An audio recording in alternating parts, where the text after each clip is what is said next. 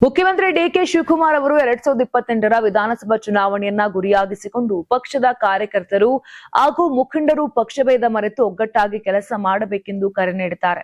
ಮೈಸೂರು ಜಿಲ್ಲೆಯ ಹುಣಸೂರು ಕಾಂಗ್ರೆಸ್ ಮುಖಂಡರು ಮತ್ತು ಕಾರ್ಯಕರ್ತರು ಕುಮಾರ ಪಾರ್ಕ್ ಸರ್ಕಾರಿ ಅತಿಥಿ ಗೃಹದಲ್ಲಿ ಅವರನ್ನ ಅಭಿನಂದಿಸಿದ ಸಂದರ್ಭದಲ್ಲಿ ಮಾತನಾಡಿದ ಸಿಎಂ, ಹಿಂದೆ ನಡೆದ ದ್ವೇಷ, ಅಸೂಹೆ ಹಾಗೂ ಪ್ರತೀಕಾರದ ಭಾವನೆಗಳನ್ನ ಮರೆತು ಮುಂದೆ ಸಾಗಬೇಕು ಅಂತ ಹೇಳಿದ್ರು. ಕೆಲವೊಮ್ಮೆ ತಪ್ಪು ಮಾಹಿತಿ ಅಥವಾ ಭಿನ್ನಾಭಿಪ್ರಾಯಗಳಿಂದ ಎಡವಟ್ಟುಗಳು ಸಂಭವಿಸಿರಬಹುದು, ಆದರೆ ಅವನ್ನೇ ಮನಸ್ಸಿನಲ್ಲಿ ಇಟ್ಟುಕೊಂಡು ಭವಿಷ್ಯದ ಗುರಿಯನ್ನ ಮರೆತರೆ ಆಗದು ಅಂತ ತಿಳಿಸಿದ್ರು.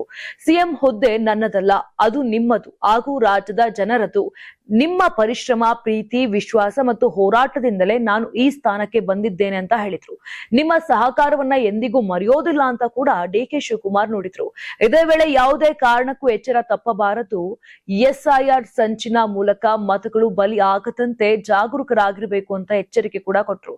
ಒಟ್ಟಾರೆ 2028ರ ಚುನಾವಣೆಯನ್ನ ದೃಷ್ಟಿಯಲ್ಲಿಟ್ಟುಕೊಂಡು ಪಕ್ಷದ ಸಂಘಟನೆಯನ್ನ ಬಲಪಡಿಸುವ ಅಗತ್ಯವಿದೆ ಅಂತ ಸಿಎಂ ಡಿಕೆ ಶಿವಕುಮಾರ್ ಸಂದೇಶ ನೀಡಿದ್ರು.